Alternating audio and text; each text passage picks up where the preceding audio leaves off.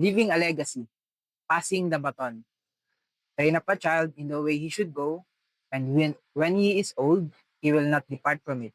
Proverbs 22, verse 6. So good morning mga kabiyan. At dito na naman tayo para sa panibagong episode. Ako nga pala si Kuya Harold at kasama natin ngayon si Ethan. Si Deacon June. Shalom. Ayan. At ang pag-uusapan natin ngayon ay kasama sa series ng Father's Day Special. Ngayong Father's Day, gusto nating bigyang pugay ang mga tatay na hindi lang provider, kundi spiritual leaders din ng kanilang pamilya. Episode na to, usapan natin hindi lang yung naiwan sa pangalan o achievement, hindi pananampalataya, values, pagmamahal na ipinapasa. Sa ating tema ngayon, magpo-focus tayo sa verse reconduced sa Proverbs 22:6. Ang sinasabi doon, train up a child in the way he should go, and when he is old, he will not depart from it.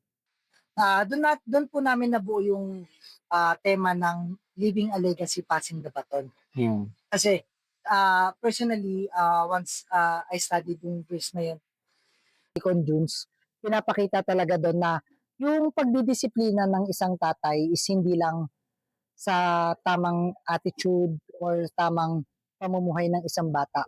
Mas pinapakita doon na ang disiplina, ang pagpapalaki ng maayos ay yung pagturo sa kanila kung paano mamuhay kasama ang Diyos. Ang legacy ng isang ama ay hindi lang nakikita sa success ng anak, kundi sa pananampalataya na naipasa ng iyong pananampalataya kay Jesucristo. Kumbaga, yun yung legacy na parang greatest legacy na pwedeng maiwan ng isang tatay. Tama po ba? Tama. Kaya po, pag napag-uusapan po natin yung legacy, sa konteksto po ng pagiging tatay, ano po yung parang pinakagusto nyong ipasa na baton o iiwan sa mga anak? Being a Christian, of course, it's a mahalagang bagay na talagang iwan natin sa mga anak natin. Pagaya ng biyaya ng Diyos sa atin, pananampalataya. Ganun din, pakita natin sa kanila ang ating pananampalataya. Dahil yan ang isang magandang bagay na pwede natin pakita sa kanila. By the way, ang talagang pagiging isang tatay, yan. Hindi siya pinag-aralan kung saan. Talagang yan ay biyaya. Kaya bilang tatay, sa akin, bukod sa mga kalatian, pangalan, ang mahalagang bagay, lalo na siya, yung talagang pananampalataya ang maipasa rin sa kanila. Amen. Oo nga po, no? Parang sabi rin din sa Proverbs, no? The righteous who walks in his integrity, blessed are his children after him. Kumbaga, naniniwala din kasi ako, isa sa mga naturo sa akin ng papa ko, na ang biyaya ng Panginoon is naka-under sa isang tatay. Kumbaga sa umbrella, ang tatay ang sumasalo ng lahat. So, kung may iwan natin yung tamang legacy na pananampalataya kay Jesucristo, kumbaga, ang nakakasalo ng biyaya is yung mga anak. Mga anak. Saka, kuya, diba? Ang ituturing natin sa pinaka mahalagang na may papamana mo sa anak. Maraming mga anak ang lumalaki na irresponsible. And siguro, ito factor nun. Dahil yung mga tatay nila ay nabigo na i-guide sila patungo sa tama. Hindi sila under pananampalataya kay Jesus Christ. So ayun, habang nasa topic na tayo na mahalaga kasi nga ang tatay yung sinusundan nga. Naging example. Example. So para po sa inyo, Deacon, gaano kahalaga para sa isang tatay na manguna sa pamamagitan ng eksemplo at hindi lang salita. Kasi syempre, minsan yung mga tatay, mahilig sila magsalita, mahilig sila magpayo, pero hindi naman lahat or nakikita minsan ng bata, hindi naman sinusunod, di ba? So, gaano po kahalaga sa inyo yan, father mo? Oh, actually, 'di ba meron nga tayong parang kino-quote dati na kung ano daw ang ginagawa ng matanda, sa red no gagayahin sa bata. Ng bata. And totoo 'yun, talagang karaniwan sa mga anak-anak, mga bata, kumukuha sila ng inspirasyon sa mga tatay nila. May mga tatay na doktor, so ang mga anak gusto rin maging doktor, maging engineer, iba nagiging engineer din. So karaniwan yan, meron talagang ang nag-i-inspire sa kanila, eh, nandun sa loob ng pamilya. So, mahalaga yun na talagang hindi lang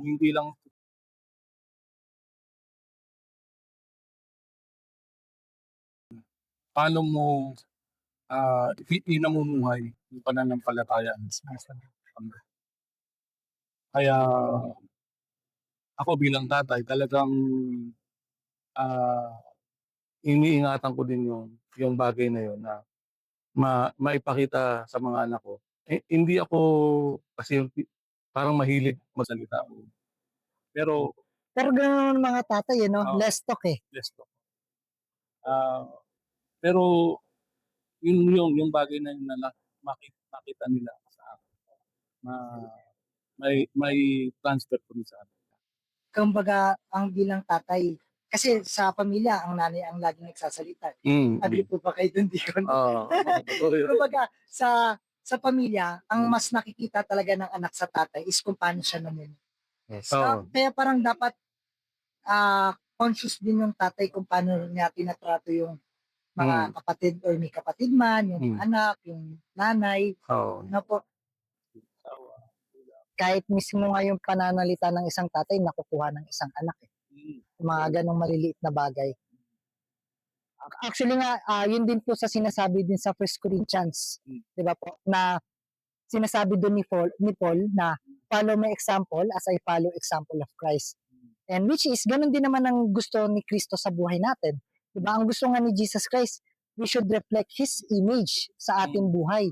Na ganun pala ang pagiging tatay. No? Kasi we see God as a father na kung ano pala dapat ginagawa ng Diyos, ginagawa ng anak niya. So, kaya ang ganda rin, Deacon Junes, ng sinabi mo kanina na talagang ikaw yung nagsaset din ng examples sa pamilya mo, hindi lang sa anak, kundi sa buong pamilya. Ganon siya. And which is, yun yung nagiging foundation ng isang Kristiyano na ma-reflect natin yung image ni Jesus Christ sa buhay natin. Yun yung kahalagahan talaga na naipapakita ng isang tatay yung actions, no? Hindi lang po salita. Kasi para sa perspective ng anak din, mas madali nilang matututunan talaga pag nakikita nila mismo sa tatay nila yung ginagawa. Oo, pre, kasi ano din yan parang sa araw-araw mo ba naman kayo magkakasama, Oo. di ba? Hmm. Kumbaga, nakikita ng mga tao sa bahay mo kung sino ka talaga di ba? So, sa araw-araw mong pamumuhay. Oo.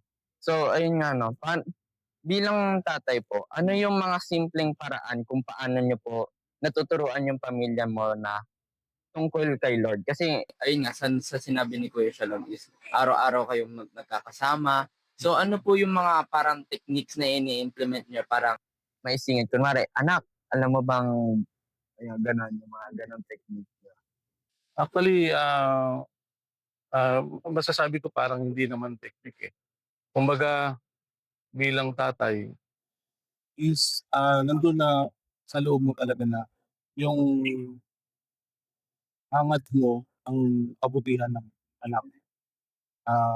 Lalo na, tatay ako. Siyempre, hindi naman ako perfectong tao. Pero yung mga yung mga pagkakamali ko noon, parang ayoko na na pulutin pa nila. Kumbaga, maging kumbaga mas maging Mas level, mas better sila na person. Hindi na nila maul. Parang Mm. gano'n naman din talaga yung mga tatay din natin. Kasi Mm. miski yung tatay ko, talagang nakaranas ng hirap. Yan ang pinangarap niya sa anak niya. Hindi niya maranasan yung hirap ng buhay ng yan. Pero sa araw-araw nga naman din na pamumuhay ni Papa, actually, ang ganda ng sinabi mo na hindi siya technique eh. Kasi nga, yung buhay ng isang tatay na isang Kristiyano, Mm. kusa ng lumalak. Prutas na ba? Fruit Oo. na, no? Mm. Fruit na ng pagmamahal ng Diyos, yung ipapakita mo sa anak. Oo, tama yun. kasi wala naman siguro magulang na may hangat na mapahamak yung kanyang anak. Kasi yan ang yan ang kumbaga, yan ang isang magandang regalo ng Diyos sa isang pamilya, ang anak para sa isang ama, isang ina, sa loob ng pamilya, magkaroon ng anak, yung napakagandang regalo. Ano po ba yung mga bagay na tinuro sa iyo ni Lord through sa pagiging tatay? Well, actually marami. Talagang kahirapan ng buhay, talagang kailangan mong mag-stand na maging huwaran na example. Talagang kahit na mahirap ang buhay, hindi ka bibigay. Though Minsan parang ayaw mo na, kuku ka na. Paano mo ginagawa yun? Yung parang pag, kasi syempre, Pero you have bilang, to. bilang singles ako, Ah. hindi pa ako level ng pagiging level nyo ng mga tatay. Paano nyo ginagawa yun? Yung parang, kasi syempre kayo, full, yung responsibilidad nyo, no turning back na eh, di ba? Kasi may pamilya na. Paano yun? Parang pag nahihirapan kayo. I mean, saan kayo kumukuha ng lakas? Paano nyo hinahandle yung mga ganun? Yan.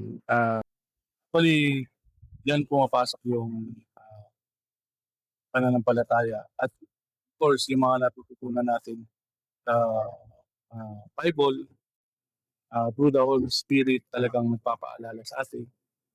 At kahit na mahirap, napakadaming example ng Panginoon sa Bible. Si Prophet, si Hope, na dumaan sa matinding pagsubok, pero nakayanan ni Hope. At yung ibang mga propeta, kagaya si Joseph, dumanas din ng matinding pagsubok. Pero nakayanan niya yun dahil sa pananampalataya. Ang ganda no, ang galing Lord, no? Kumbaga kung makikita mo, pre, na pag nagkakaroon ng problema si is, hindi siya tumitingin sa sarili ko. Diba? Saan siya mas tumingin? Sa salita ng Diyos. Alam mo kasi Ang pag galing. tumingin ka sa sarili, may tendency na mag-decide ka based on your emotion, di ba? Based on other things. Ang tendency kasi natin mga tao, di ba? Minsan pag emotional tayo, nagkakaroon tayo ng maling decision sa buhay. Kaya napakahalaga na grounded tayo lagi sa word ni Lord. At yun, bilang tatay din talaga, ayaw din natin na, syempre, maranasan ng mga anak natin yung mga pagkakamali na nagawa natin. Kaya nga tayo laging bumabalik sa word ni Lord kasi alam natin na yun yung guide natin. Diba? So, yun. Parang syempre kasi bilang tatay is parang siya talaga yung pundasyon. Kung ang mga nanay yung ilaw ng bahay, yung tatay yung pundasyon na naghahawak sa isang buong pamilya. Kaya parang pag siya yung bumigay, parang hirap. parang hindi naman sa ayaw, pero parang nakakatakot isipin din no, paano kaya pag naging tatay ka na. Kasi nga sa sinabi mo, wala nang turning back yun eh. Kasi pag bumigay yung tatay, sino sasalo, di ba? Pero ang magandang sinabi ni Brother Joshua, pag tayo titingin sa sarili natin, Yes. pero trust unto the Lord na lang. So, ayun, Deacon Jun. Kung meron kang isang bagay na maituturo sa o maitatatak sa mga anak mo, para na, kunwari, nawala. Hindi naman po sa ngayon, pero if ever man, syempre, all of us, eventually we're going to come meeting the Lord. So, ano yung parang isang bagay na hindi makakalimutan ng mga anak mo sa'yo when you Actually, dumating talaga sa maraming pagsubok. Mayroong times na talagang nag-isip ka na sumuko ka na, umayaw ka na. Pero doon bumabalik sa isip ko, anong sasabihin ng mga anak ko, ng pamilya ko, kumbaga, kung bumigay ka. Para sa akin, isang magandang ipasa sa kanila. Talagang, yun na, yung sa pamagitan ni Lord, talagang nagkaroon ka ng katatagan sa kanyang mga salita. Nagamit mo talaga yung tinuro ng Panginoon sa iyo. At kasi darating din yung time, hindi naman natin pwedeng isipin na hangarin na laging okay ang buhay, di ba? There will be times na talagang darating ka sa matinding pagsubok. Pero because God taught you, naaral mo yung salita ng Diyos, nakita mo yung liwanag ng salita ng Diyos. Kaya ni David, dumating din siya sa mga matinding pagsubok. Pero doon lang siya tumayo sa ating Panginoon. Wala nang iba. Everything left him, pero he stand beside the Lord. Kasi buong buo, naniniwala siya si David. Ganun din tayo bilang isang tatay. Dapat buong buo din na tumayo tayo sa pananampalataya at sa Panginoon. Yun lang. Ang pwede nating magandang ipamana sa kanila. parang Totoo. Parang sa 3 John, sinasabi doon, I have no greater than joy. Joy than to hear that the children are walking in the truth. No? And which is, yun yung isa sa magiging magandang may iwan mo, Deacon Jules, gaya ng sabi mo kanina, is yung katotohanan. At ang pagmamahal ni si Kristo sa buong pamilya ninyo. Grabe yan. Pero hindi pa naman ako Siyempre naman. madami ka pang gagawin sa amin. Madami ka pang matuturo. Tahalo eh. Oo, dahil pati haluin na semento. Napakarami natin. Actually, hindi mo naman kailangan mawala para mag-iwan ng legacy. Diba? Kumbaga, yung paang araw-araw mo palang namumuhay at naiiwan mo na yung mga tamang pamumuhay sa mga anak mo. It's talagang greater joy na yon sa isang tatay. Diba? Sabi niya, sila mama nga, makita lang tayong nagsiserve sa simbahan. Ang saya na nun. Kaligayahan ng puso yun. Diba? Lalo ng anak mo, si Sam. Diba? Kita mo lang kumakanta sa harap. Ay, grabe naman. Sana all may boses. Hindi ma-agree. Hindi ma-agree yung anak. Yung tatay kayo ma-agree. nung alam mo yung makikita mo sila na kasi hindi ako lumaki sa ganung environment. Pero Catholic ako. Ibang-iba yung environment na kinalakihan ang mga anak. Kasi praise the Lord kasi dinala ko nung magkaroon ako ng pamilya. Kinasal kami sa Christian Church at talagang namuhay kami ang pamilya namin bilang Kristiyano at kinalakihan ng mga bata yung paglilingkod din sa Panginoon. At natutuwa kami bilang siguro nila alam how we are.